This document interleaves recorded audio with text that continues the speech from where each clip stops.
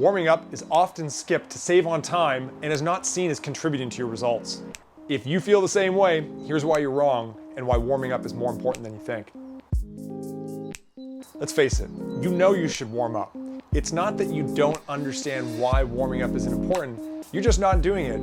You may not be doing it because you've done enough workouts now where you haven't gotten hurt from not warming up. Warming up not only lubricates the joints to help prevent injury, but it helps you improve your performance. Performance is what leads to results. Even though you might not think that you're training to perform, the term performance is what you do to get better.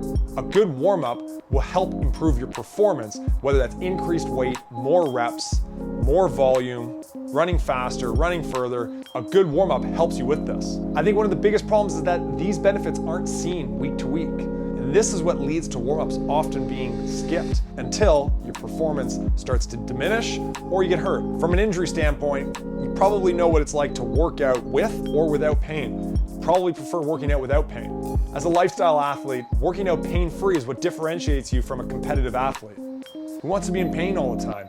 With the exception of doing 10 Riverdale hill sprints and feeling how your legs feel after that. Sustainable results should be part of every lifestyle athlete's goals. If you want to stay and get fit, consistency and frequency is important. You're going to work out less if you're working out in pain.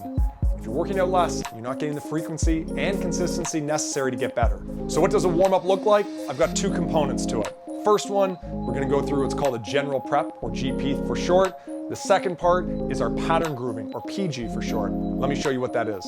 General prep is what we do to start lubricating the joints and get you ready for more coordinated movements. I start with the spine and then work outward through a series of movements which resemble a yoga flow. Back extensions and flexions, rotations of the wrists, elbows and shoulders, to ankles, knees, and hips. This is also part of my daily go-to movements, as it only takes about 5 to 10 minutes to complete. The second part is pattern grooving. Pattern grooving takes the specific movements from the workout and then mimics them. If I've got a workout where I'm going to be swinging a kettlebell, squatting, doing pull-ups, dips, I'm going to mimic those movements in the warm-up in a very deliberate and controlled approach. Squatting, hinging, pressing, pulling are applied here to make sure that we can get these movements ready for the workout. This is going to create an element of muscle memory, which is part of the neurological system. So a lot of people think of the warm-up as just warming the musculoskeletal, or skeleton and muscular system, but it's also the neurological system that's important to warm up.